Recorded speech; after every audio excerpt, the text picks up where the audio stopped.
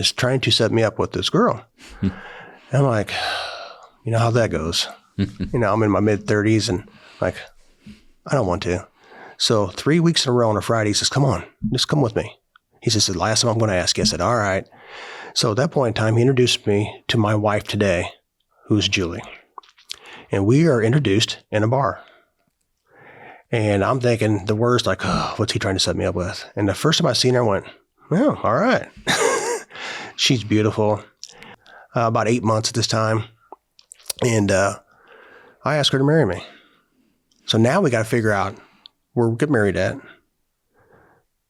who's going to marry us, and all this stuff. And so, again, we're not going to church, but now we got to find a church to get married in.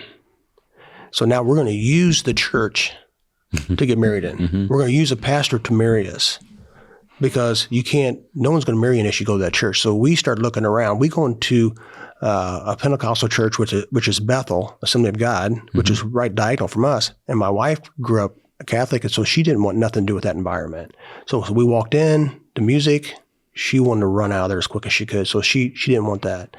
So we ended up going to a different church where we ended up getting married, which was Salem. And we get married. I continued to party, still kingdom of self, even though I had this wife who was just incredible, who loved me. We have our first child together, my second son. And he's about a year old. And I'm not a terrible father, but I'm still not a great father. I love my kids, I love my wife, but I'm still missing it. And you're recognizing that. I'm recognizing it. And so I have my own business. I have a flooring business at this time, and I am still partying, drinking hard, starting to drink harder than the season before. And so now I'm bowling on a Friday night on bowling league, and it was tequila night, and I went through Taco Bell, and I came home. Don't remember neither one of them. So my wife wakes me up the next day and says, David, I think you hit something on the street down there off Broadway. I said, why would you think that? And at the time I'm thinking, why are you waking me up this early? I had tequila night at the bowling alley. And she said, because there's rock and grass in the tire and there's a piece of the embankment taken off Broadway. So when I got up, I seen the Taco Bell bags on the table.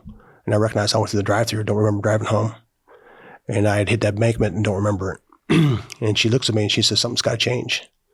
And so I get up and I'm thinking, oh my goodness, I'm going to be divorced for the second time.